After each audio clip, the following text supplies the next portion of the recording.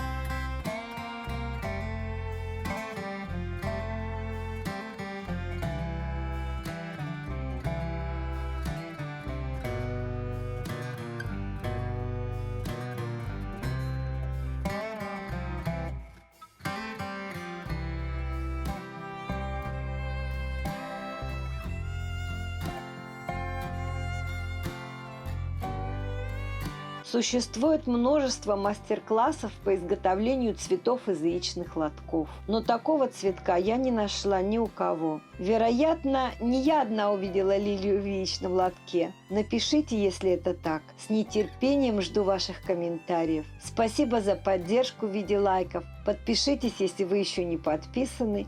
И включите колокольчик, чтобы не пропустить новые выпуски. Увидимся!